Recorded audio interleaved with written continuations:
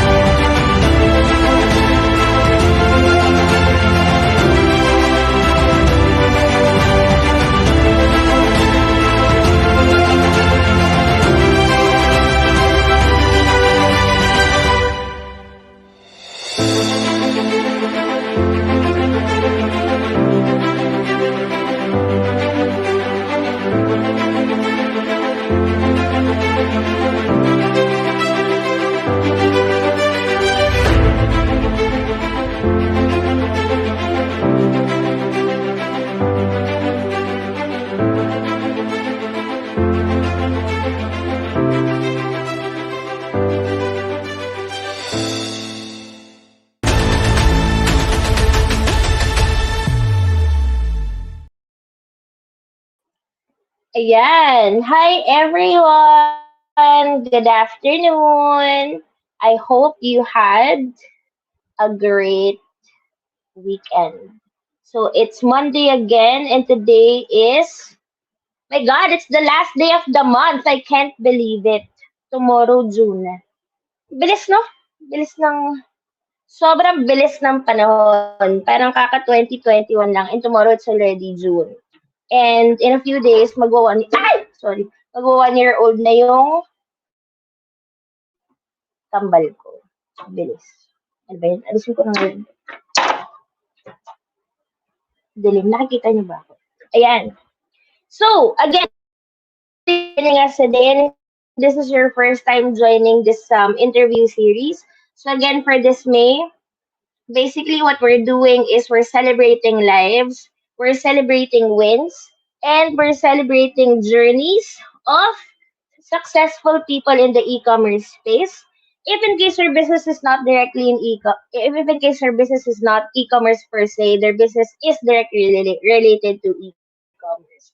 So basically, the goal of this interview series is to be able to inspire aspiring people to do e-com.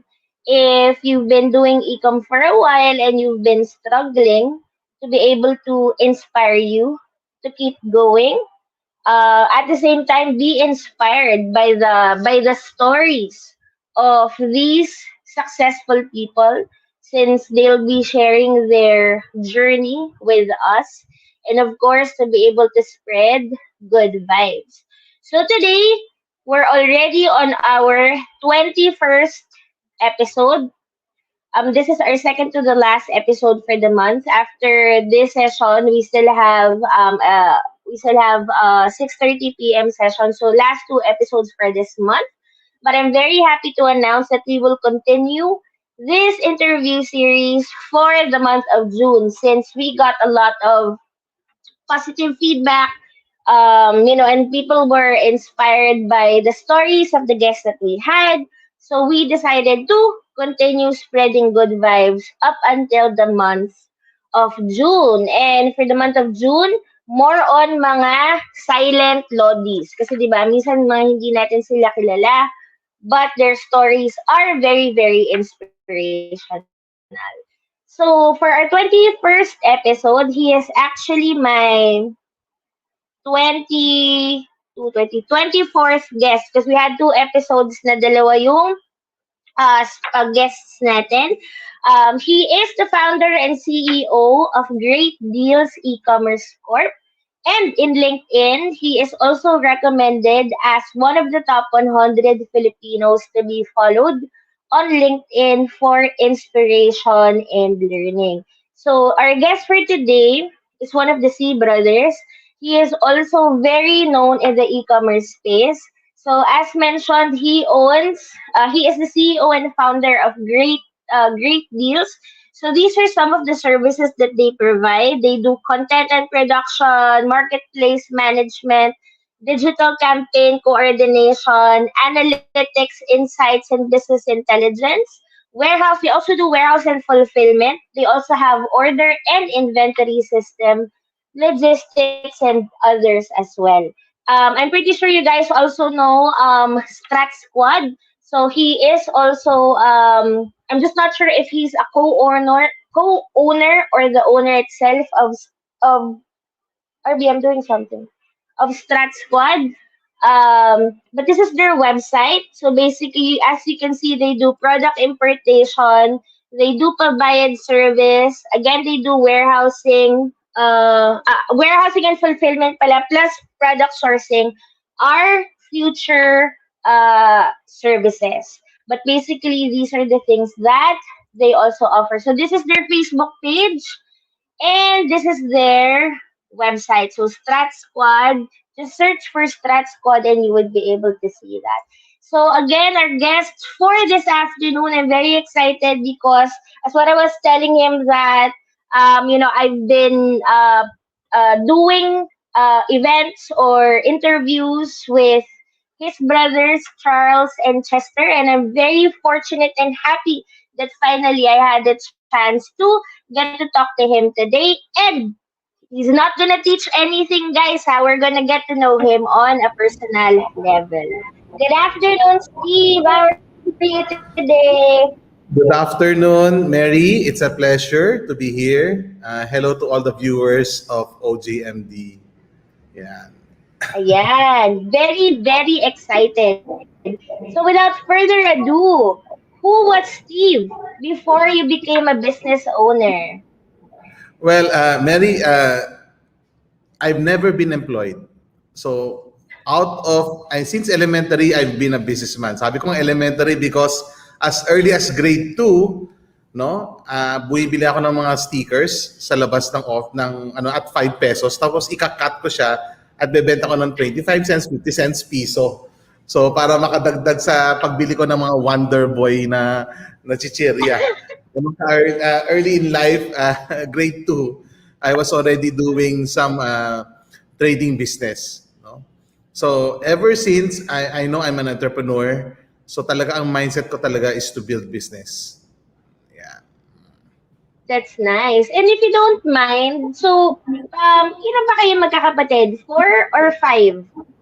6. There are 6 of us. 6. Pero ang nasa e-com, you, Charles, Chester. And I have a sister that's also in the e-commerce space. Hindi ata natin masyado nakikita. Pang ilan ka sa inyo magkakapatid, Steve? Ayan, Mary, ano tingin mo pang ilan ako? Ayoko magkamali, hindi ko alam. Oo, kasi na-meet mo na si Charles saka si Chester. So pang ilan ako? Tingin ko mas bata. So I'm 9 years older than Charles. Tapos, pangilan si Charles? So I'm the eldest. You're the eldest. Teka lang, wait lang. Yung panganay ko lang. Wait lang.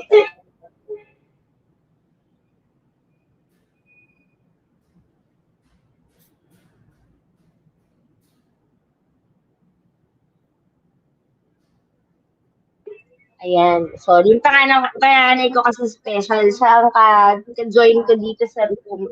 So, actually, playroom niya to. Ginawa kong /office.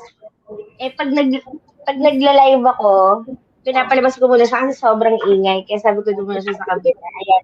So, you're the eldest. Pangalawa ba si Charles pangalawa sa inyo? Si Chester pangilan? Si Charles ang bunsong lalaki.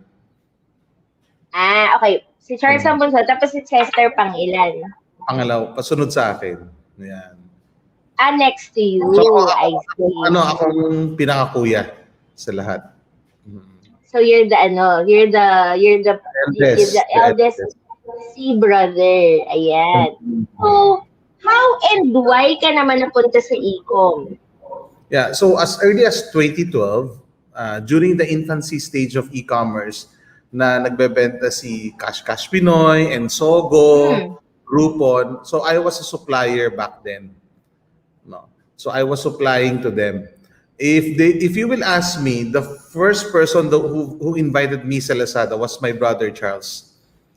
Si Charles sabi, "Kuya, maganda itong Lazada. You have to check and try it." No. Okay.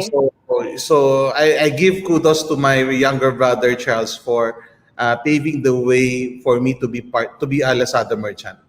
Kasi before Lazada, 2013, they were still on the consignment. Hindi pa sila dropshipping or marketplace model. Iba pa yung model ni Lazada noong time na yun. Ang pangit na model na yun. So when I came back at 2014, nagbago na sila ng marketplace model. Nag-marketplace model na sila. So that's where we came in 2014 as a Lazada merchant. Yeah. As a Lazada merchant. Tapos that time, you were just a supplier pa din. During that time, noong 2014, I was already a merchant in Lazada. That was, I would say, my baptism of fire. And, the truth is, during that time, ang pananaw ko lang sa Lazada noon is lahat ng slow-moving item ko, doon ko lang ilalagay. No? Okay. November 11, 2014 came. No, that was online revolution nung 11/11, di ba? Right. I have around a few thousand power banks in my warehouse. And ito ay still clear sa akin. Everything was sold in one day. Naubos. Wow. Yes, napawawa ko, nagkaroon ako ng light bulb moment. Anong klaseng animal tong e-commerce? And yun yung parang light bulb moment ko na I would like to study e-commerce. So from that day on, started learning, focusing on how to do e-commerce. That was 2014. Okay. Yung panahon na yun, ang Lazada, akala nila swimming school pa. Wala pa nakaka-alam regarding Lazada nung time na yun. 7 years Alam mo ago. now, parang now I remember. I was thinking that the first time I made an order in Lazada was 2015. Actually, ngayon nung nagre-recall ako, it was December 20. Parang I made the order, I think, November 2014. Dumating yung item December 2015. Parang ang tagal. It was more than a month. Though they were very new that time. Kasi I wasn't familiar. I didn't know them. I had a co-worker who ordered something. Tapos parang pinakita niya sa amin, oy, tingnan niyo to, cash on delivery to. Sabi, anong cash on delivery? Hindi pa ako familiar sa cash on delivery na. Sabi niya, mag-order ka, tapos pag dineliver sa'yo, dun ka lang dun ka lang magbabayad. Sabi ko, interesting. Kasi diba, before, uso yung bibili ka tapos kaliwaan or magde-deposit ka ng pera. Pero naabutan yung mga yung cash Pinoy, naalala ko yan kasi naalala ko pag gusto ko ng yung mga coupons yan, 'di ba? Yung mga discount coupons, Mga deal site. deals. Tawag natin dyan, mga deal site, may mga special deal. Naalala ko yung mga wala na ba yung mga yan ngayon? Cash Pinoy sarado na, Groupon wala na sa Pilipinas, and Sogo sarado na rin. Hindi sila nag-innovate or lang. Parang ngayon ko lang naalala na sobrang in yan before, yung mga ganyan. So talaga, ang e-commerce naman talaga, it's a fast-moving industry. You need to really be agile and innovative for you to be able to compete dito sa industriya natin. That is correct. That is right. So how is it doing e-commerce with your brothers? Well, basically, we're not this. We have may kanya-kanya kaming business. So magkakapatid kami, we run our own businesses. So iba yung target market ko sa target market nila. Kasi as you know, Great Deals, we handle brands. So pag bumili ka sa Lazada ng Unilever, Nestle, Abbott, L'Oreal, San Miguel, Fila, Reebok, bumibili kayo sa Great Deals. So yun yung business model ko. So I take care of brands in terms of the e-commerce space. So they outsource their e-commerce channels to us. So are you also a co-owner of Strat Squad or kay Charles yun? So yung partner kami ni Charles. So I'm a co-founder of Strat Squad. That's what I remember. So actually, diba, parang I think it's basically, do you think it's an advantage or a disadvantage that your brothers are also in e-com?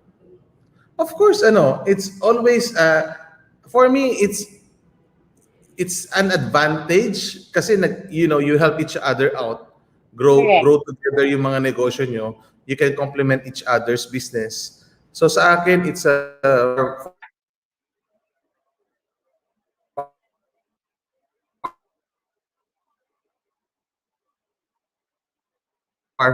parang medyo ate. The important thing is, being brothers is more important than just earning money. So that, greed will not set in. Yes, completely agree. And that's why a network is very important. And I think for you, it's actually an advantage because your network are actually your siblings. Because, that's what I always tell, no, na Like kami, technically me, Charles, and Chester are technically competition when it comes to drop shipping. But I still promote their services. Every time someone asks about they want to do drop shipping in Lazada, I would recommend Bilis Benta, I would recommend Dropify. Because I mean, of course, we're all in the same industry.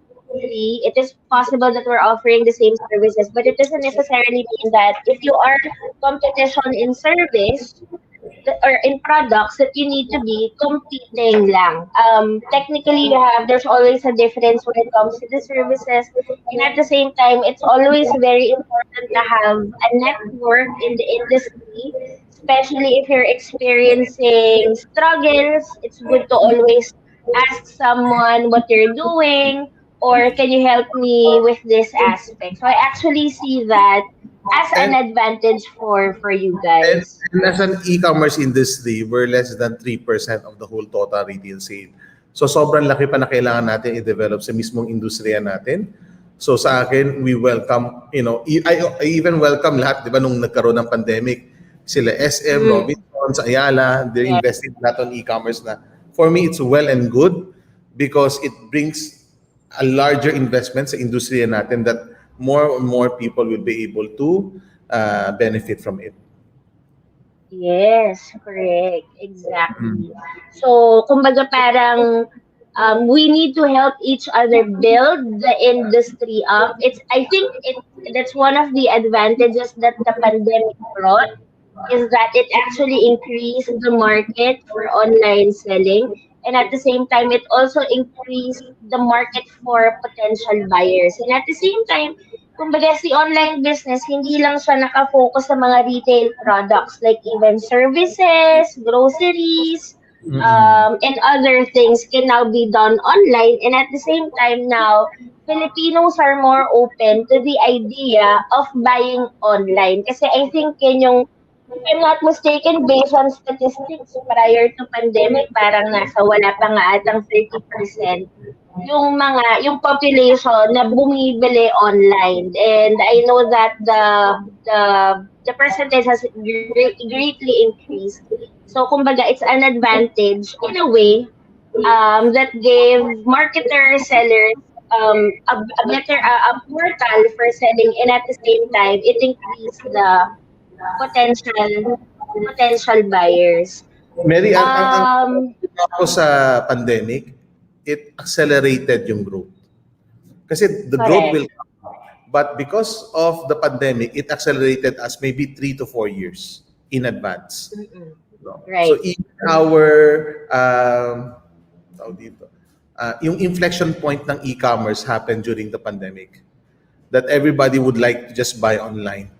No? Sa sobrang bigat nga, it took, even during last year's April, isang buwan bago na di-deliver yung goods sa sobrang daming umu-order. That's the reality. Correct. Hindi kinaya ng capacity ng mga players sa e-com.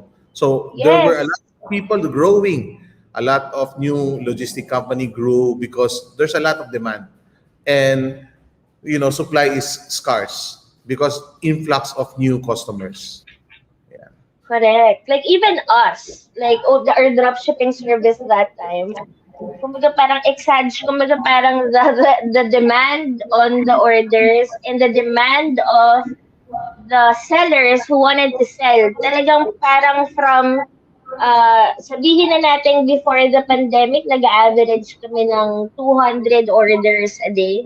Siyempre, ano tawag dito, nung nag-start yung ECQ talaga, siyempre, total shut off. So, biglang zero.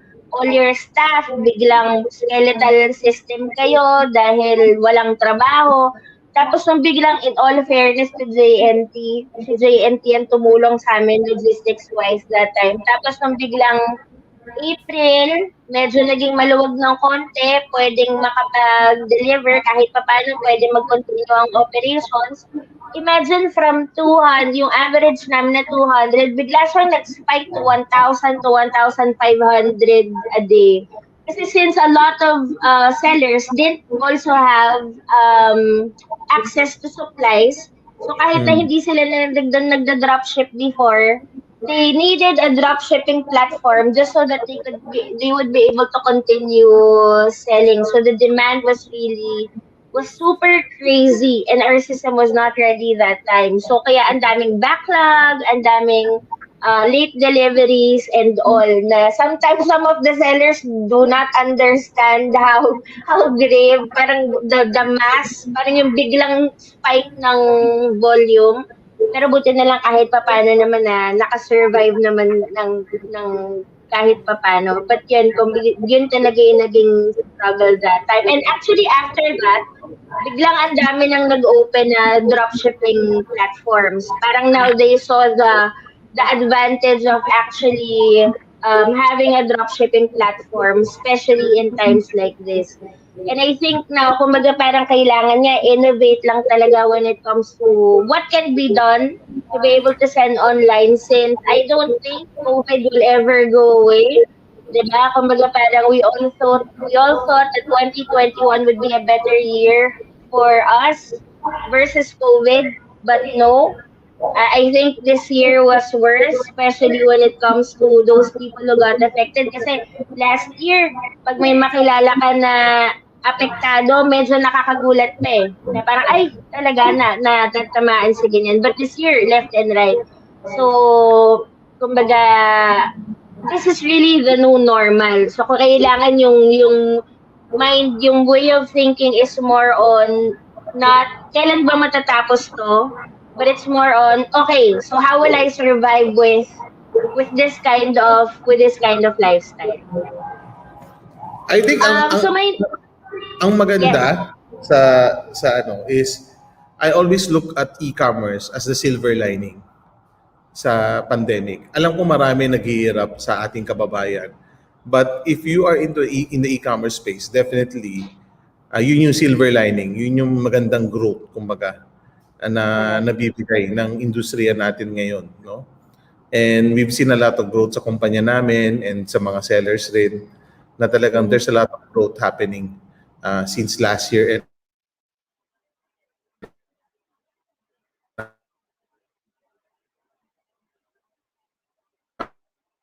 up to Parang nawala ka sa yan, nandiyan na. Alam mo Ayan, naman okay na. ang internet connection natin sa Pilipinas, ganyan talaga. I know. And that's a struggle pag live. So I completely understand. Mm-mm. So kumbaga pa, and I think it also opened up the minds of the sellers itself to do business online. Parang before I remember, pag nagpupunta akong Divisoria, especially nung bago pa lang kami sa dropshipping business, pag pupunta kaming Divisoria, tuwang-tuwa ako pag yung mga sellers, merong mga Facebook page. Tapos pag kunyari may mapupuntahan ako na store tapos sabihin nila na, ay, hindi po kami online, wala po kaming page. Parang sa isip ko, parang, why are you not innovating? Kumbaga parang almost 70% of the sellers na dito sa Divisoria may Facebook page. Paano kayo? Paano magko-compete yung, or how can you, paano mag-i-increase yung potential market? So I think yun nga yung pandemic also opened up yung minds nung ibang sellers na sige, it's really time to go online. Ayan. So my next question for you, Steve, is how do you keep yourself motivated and what are the things that keeps you doing to achieve your goals? Sa akin, for Great Deals, we have a very strong mission-oriented company. Ang mission namin is to uplift Filipino lives through the digital economy. And we live that mission, no? So sa akin, I look at the digital to really be part of, digitalizing the Philippines in the next 10 years. On how we can shift from what we have known previously to being digital. So that's what motivates me. In terms of parang challenge ko yan, goal ko yan sa sarili ko to have a digitalized Philippines. No. And what keeps me on doing, I think the people that are, kasama ko sa mission na to, sa vision na to, na to have a digital Philippines, we help each other out. We have grown our company Alam mo, we started 160 square meter, but right now our office is around 2,900 square meter. Ang Wow. aming fulfillment center is around 40,000 square meter. And it's in just a span of 4 years, if you will ask me. Yes. That's how fast e-commerce has been good to us. Yes. And I think it's because your company's mission is unselfish. It's Mm. not just for you. It's not just for your company, but it's for the country. Kaya, kumbaga, yung balik is, ano din, kumbaga Parang parang yung balik ng blessing is ano. yung blessings natin financially is a byproduct of what we do. No? Just like to share to you, last year, di ba, nagkaroon ng pandemic. Most of our competitors closed shop. But we did not close shop. We had a meeting. I created a war room. Naglagay kami ng war room. Pero Viber lang naman. Lahat ng mga key managers ko, sabi ko, okay, we are in war with COVID. And our Correct. Filipinos need us to fulfill all of these orders. Kung hindi, kailangan nila lumabas at umorder na ano, but they can buy online at the safety of their home and we can deliver it to them. So parang the whole team rallied that we are frontliners in this fight against COVID. No? And because of that, our company really grew a lot 2020 compared to our 2019 numbers. Ayan. That's good. That's good. That's good and good for you. Yun nga, sabi ko kumbaga parang since I believe in that no. As long as you're, I mean, of course, we're all in business, right? Kumbaga parang initially, especially if you're a new business owner, kumbaga parang your priority would always be about potential gains or parang future, parang stability for the future.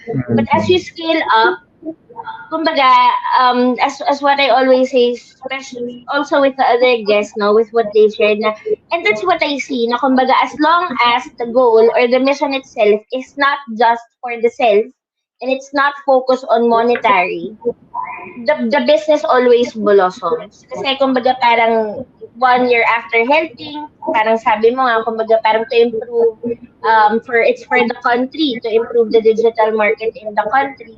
So kumbaga that's why, kumbaga maganda yung balik because hindi siya selfish goal. Kumbaga it involves a lot of people, it involves improving things, improving processes, helping out people. So thank you for that. Thank you for sharing that. I like to share something. No? Last year, so sa kalagitnaan ng pandemic, we created a product to be able to help our MSME, yung mga micro sellers natin, especially on the food part. It's called Zappy. I'll share to you. Sige, share your screen. Yeah. Okay. Nakikita na ba? Yes.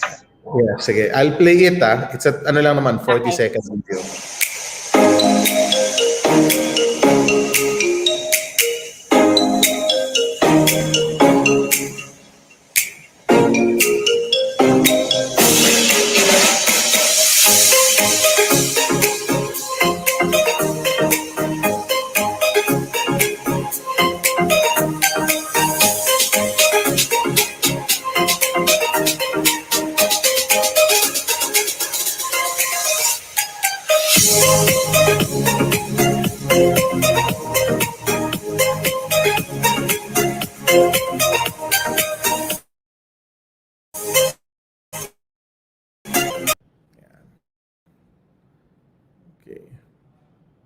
So yan, nakita niyo naman, no? So, aring Zappy, no?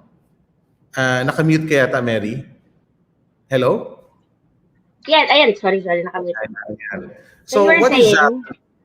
Zappy? So, Zappy is an omni-channel business solution.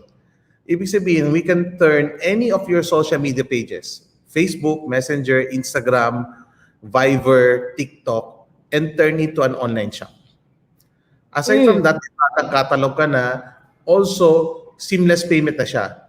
Your customer can pay through credit card, GCash, GrabPay, COD, cash on delivery pwede. And the goods is delivered within 1 hour.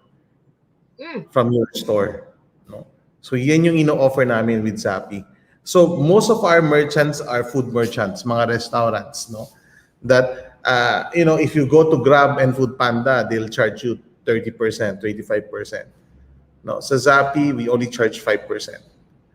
So marami talagang gumagamit ng Zappi kasi very viable at the same time. It's really they can turn their offline stores into online stores. So if I'm the buyer, do I also download Zappi app? No. Tama ba? No, the merchant can sell through their Facebook or Instagram or their Viber. Yes. So the order will be placed in their own social media platforms. Yes. Pumapasok sa system ni Zappi yung orders, and that's where you come in. Yes. Yan, nice. Integrated na siya. So parang yung kanina nakita mo sa video, nasa Facebook Messenger, may picture, buy now, click nila shop now, they can order na, parang add to cart na yun. Then check out. That's nice. But so kumbaga for now, is it only open for food merchants or any type of seller? Any type of sellers. Meron na, let me open another video. Okay lang ba? Let me share. Sige, go. Sige lang. What is this? Okay. Open. Tapos, oops.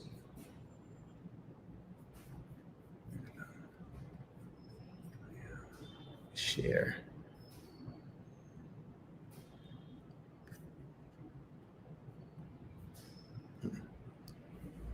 Yeah. Go where people are with Zappi.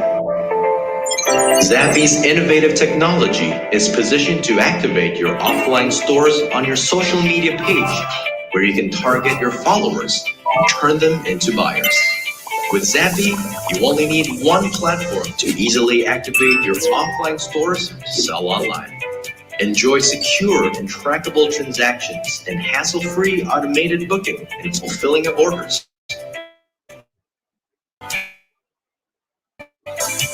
With its multiple branch management feature, Zappi can ease your fulfillment processes, giving you the confidence to monitor your branch's overall sales and quality of service. Ensuring on-demand delivery with its instant commerce feature. Zappi ensures instant delivery, satisfying your consumers' on-demand needs, empowering businesses to go online. Zappi, reinventing the way we define convenience through social commerce to empower businesses and reach more customers. Zappi, instant commerce made easy. Yan. Nice. Yeah. So any type of product they can use. So if they're interested in that, they just go to the Zappi Facebook page. Yes. Alam mo sa totoo lang,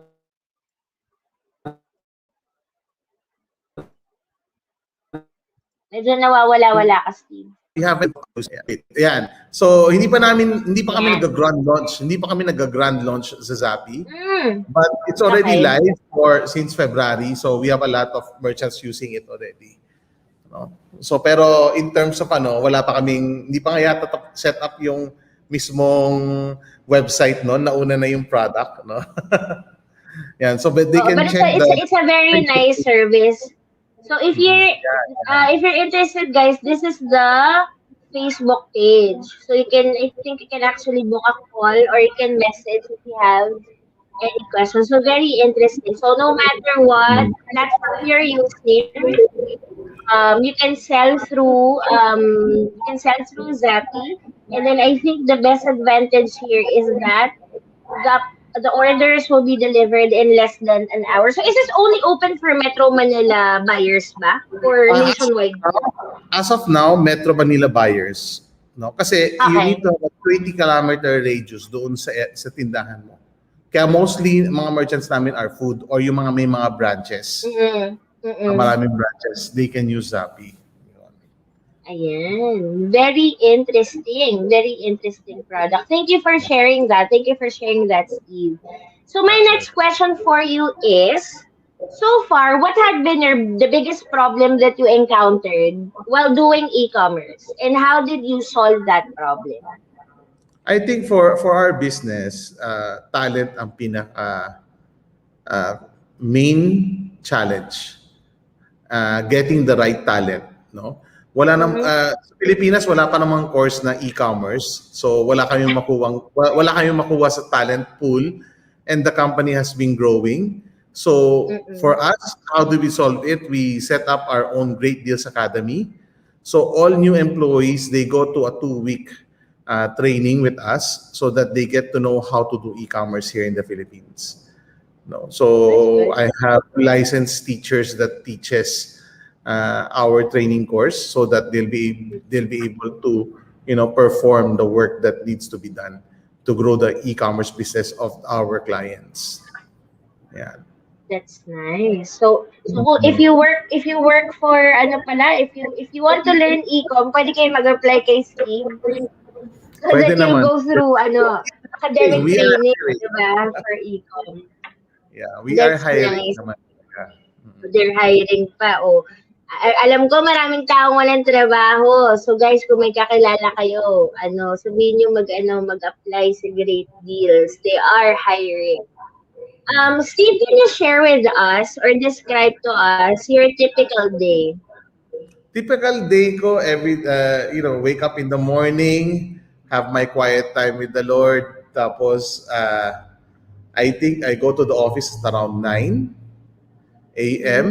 So, basically, right now, my main role sa company is quite different from a few years back.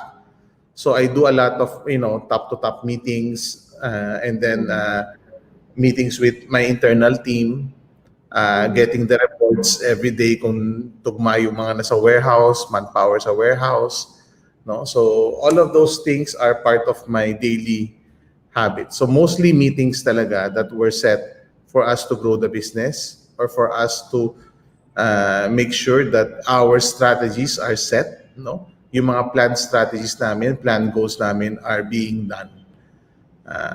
And then yun, then having converse talks with the industry, if sharing some of our insights is part of my rin, para at least minimum once, at least I think I have around mga 6 to 8 talks in a month.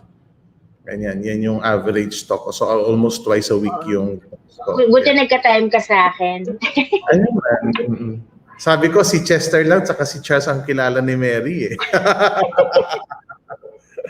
Hindi kasi there was a time that we wanted to invite you. Medyo okay pa kami nung ex ko nun eh. But you were sick that time. So kaya hindi Yes. ka namin masyado binother. But we actually wanted to include you. We had a 30-day e-com class. We Yeah, were gonna invite na-receive you na ako to but I had talk. COVID noong time na yon. Oo, you were sick that time. Kaya, kumbaga parang we didn't bother. Tapos, nakikita ko medyo, fully recovered ka na. Tapos nakikita ko lagi mga posts. Kaya sabi ko, sige, try ko nga to si Steve. Para pang end of month. So, I'm very thankful na na-squeeze in mo ko sa schedule mo. So, how many times have you failed or made mistakes? Too many to mention. I think walang ayan. doesn't make any mistakes. I think we learn a lot. We need to reflect on our mistakes so Yes. that we can move forward to our future. No. And failing forward, ang tawag nga natin dyan, there's a book that you need to fail forward. When we make mistakes, we learn from it and we apply the mistakes. No? Ang importante, we realize yung mga mistakes natin. And I think at my age, at ako nang dinaanan sa buhay ko, na mga problema, mistakes, challenges, I always look at it as challenges on how we could do better. So, a lot of things. For example, bigyan na kita ng, okay lang ba mag-example? May oras pa ba? Yes, actually, Yeah. ang next question ko is what was your biggest mistake so far? Okay, I'll share to you, one mistake was 2018, no? So, 2017 ng December, total orders ng 2017, no? I think I did 15,000 orders, 1.5, for 12/12, no? Mm. So, yun yung parang nung time na yun yung pinakamalaking number of orders ko na sa isang araw. So, nung April, which is a birthday sale ni Lazada, sabi ko, 15,000. So, sige, let's prepare for 15,000. Feeling ko naman yung benta, hindi lalampas nung Pasko. But we received 40,000 orders. 40 Wow. plus thousand orders in one day. That was April. But I only prepared for 15,000. So, binibilang namin, ilang araw namin mapufulfill. Akala ko mawawala na yung kliyente ko sa akin, sobrang tagal. So, nung time na yun, parang 3 araw, 1 linggong, parang tumanda ako ng 1 buwan dahil sa stress na I have to hire around 200 people para mag-pick and pack nung time na yon. Kasi we only prepared for 15,000 orders but almost triple yung volume eh. So, Right. Kahit anong bilang ko, hindi ko matatapos siya kung hindi ako nagdagdag ng tao, maskip na yung warehouse, all of those things nangyari. No? So, yun yung isang lessons that I learned. That's why from that day on, we always forecast na what would be our order so that we can prepare number of people, number of equipments, even gunting, even tape, all of the supplies. Ready kami as we increase our capabilities. So, yun yung mga mistakes. And nung time na yun, sa totoo lang, akala ko kasi, nag-request na ako doon sa brand ko na pwede kayo magpadala ng tao dito kasi talaga hindi ko na alam saan kukuha ng tao. Hindi na tayo, sabi ni Chester, naging packer all. Kahit packer. Kahit lahat ng accounting ko, lahat all packer. Kumbaga, everyone had to chip in na and help just to be able to accommodate the volume. Yung mga manager ng L'Oreal, nagpapack rin. At least, diba? Kumbaga, parang at least everyone, at least you know, and you found out that if in case you needed their help, they would always help you. I really thought I might lose them already because, how could you ask the managers of this multinational company to pack? So I think those were alam mo yun, nung sinasabi ng manager sa akin, Steve, hindi ka ba masaya sa benta? Nakangiti ako, pero sa utak ko, paano ko ito ipapack lahat? At least it was a good problem. It was a good problem, yeah. It was a good problem. Yeah. So, kamusta naman yung mga sale? Meron akong gusto share na video para as an inspiration to a lot of our, entrepreneurs in the e-commerce space. I like to share to you how we started. So may video ako how we started. Medyo nawawala ka lang, Steve. From open first. Ay, sige.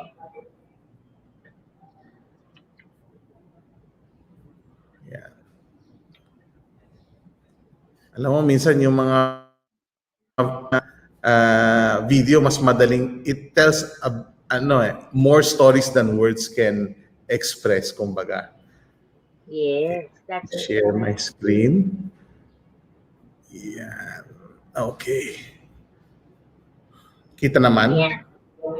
Buksan ko lang. Yan.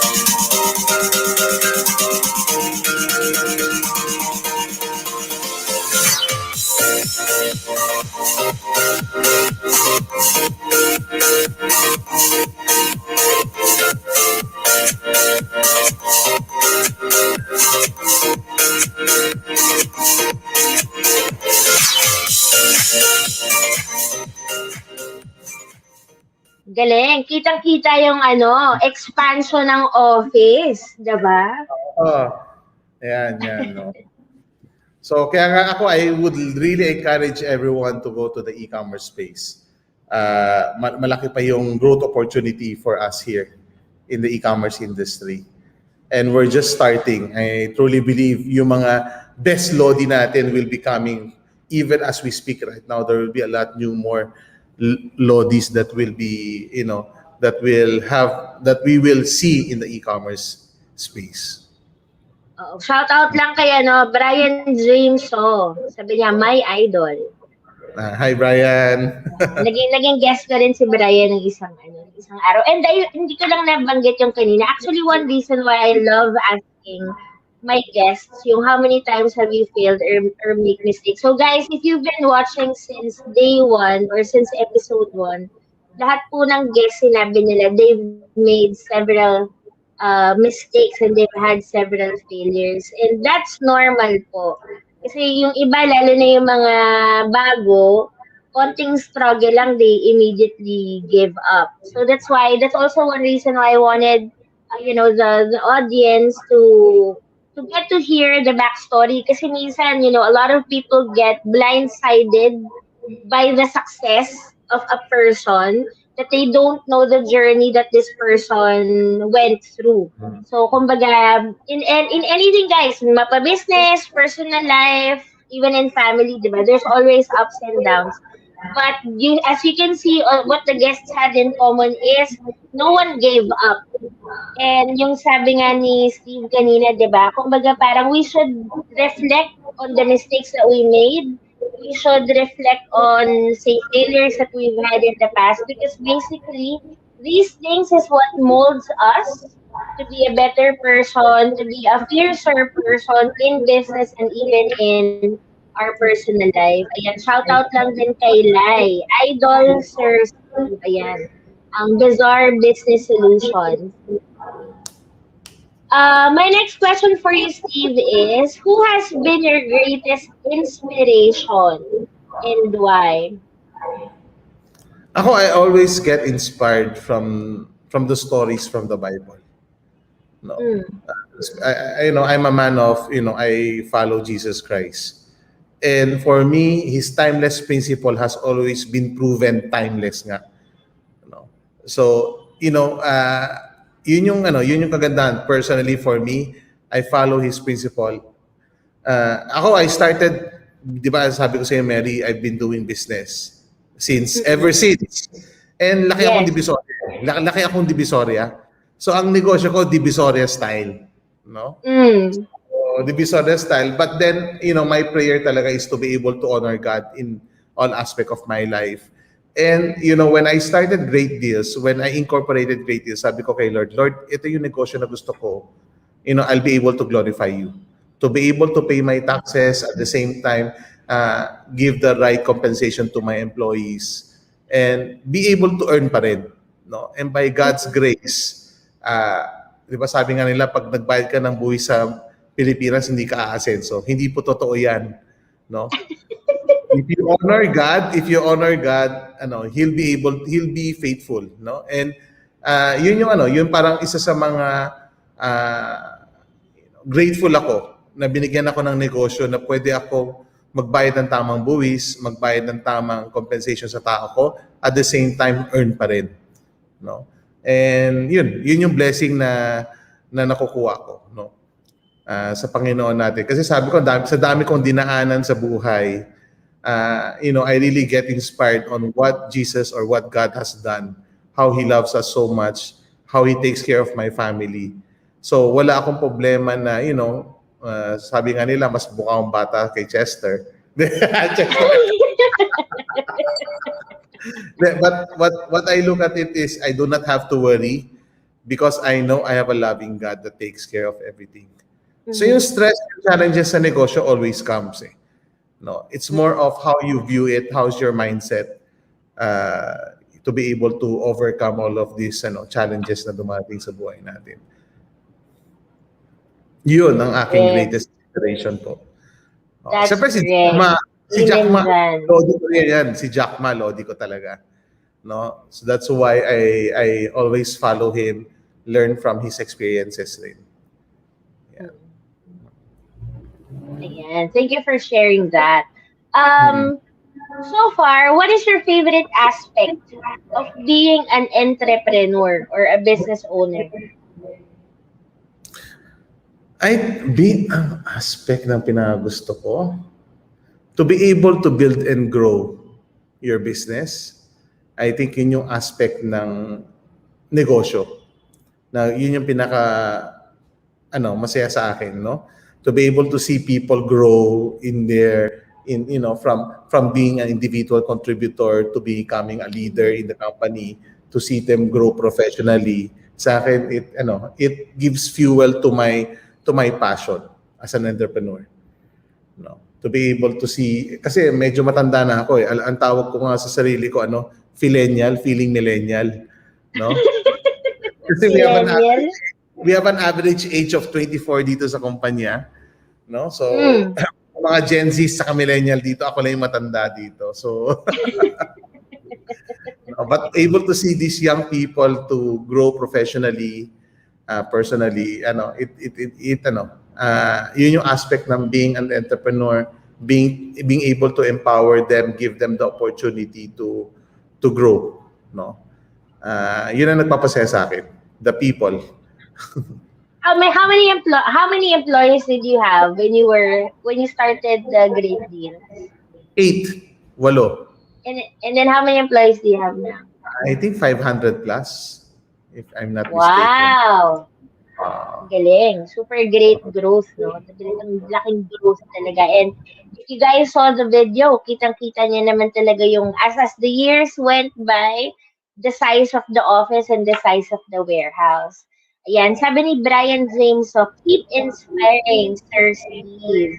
And then, sabi ni Lawrence Better Francisco, Idol Steve C, grabe, kaka-inspire. Thank you, guys. What would you say are the top 3 skills needed to be a successful business owner? Let me just share 3 skills. I don't know if it's top 3. No, number 1 is you need to be risk averse. I think yung appetite for risk mo is needed, no, for you to grow. Number 2 is leadership skills are quite important, especially as an entrepreneur, or if you want to build your business or you want to build your company. If you don't have the leadership skills, nobody would like to follow you, and it's going to be very hard for you to scale up. So that's number 2. Number 3 is importante may gawa, may execution. No. And if you're executing, it needs to be agile also. Sa industry natin, kasi it's a very new industry. What works 2 years may not work now.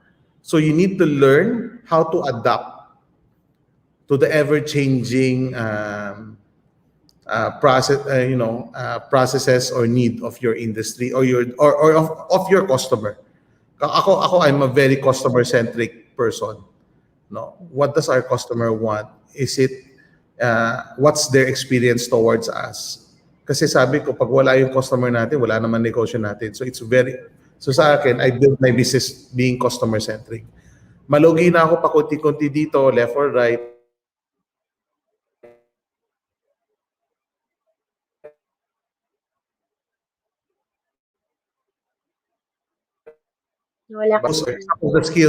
Those are some of the skills needed to be an entrepreneur.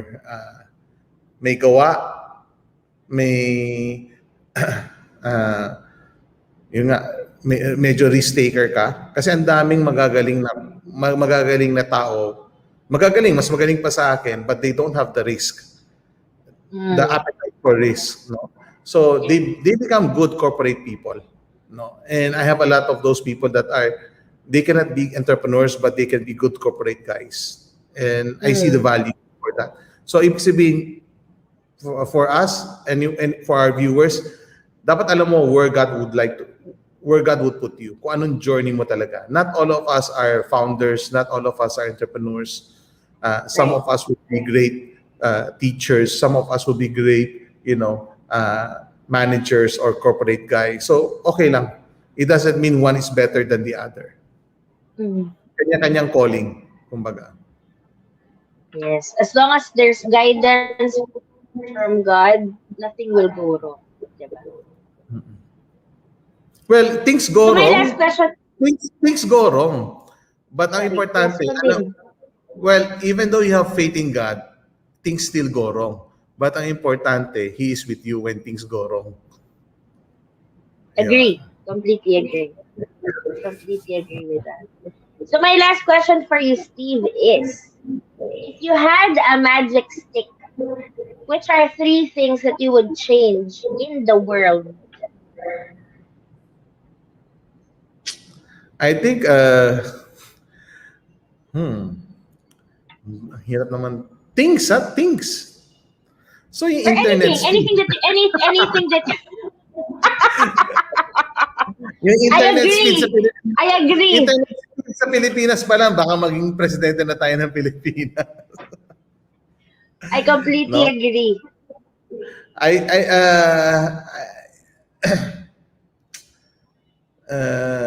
I think sa buhay naman natin, what's important is how we respond to other people. If there's one thing that I could really change is how I respond to other people the right way. And yun yung I think I would like to change. Kasi even though maliit siya, able to teach my children how to grow and be a person that is glorifying to God will be a good starting point. And yun nga, the third one would be the internet na speed natin na hindi na gumaganon-ganon tayo. Yung, alam mo sa to lang, Mary, mag-speed up lang internet natin ng additional 20 to 30%, lalaki na yung negosyo ng e-commerce natin. That is true. And I think I read somewhere na kumaga parang it's ironic that Philippines is one of the heaviest internet users. However, when it comes to internet speed, nasa baba tayo ng ranking. Na yung mga country na not as heavy users compared to us, sobrang bibilis ng speed ng internet. Alam mo, Mary, alam mo bakit?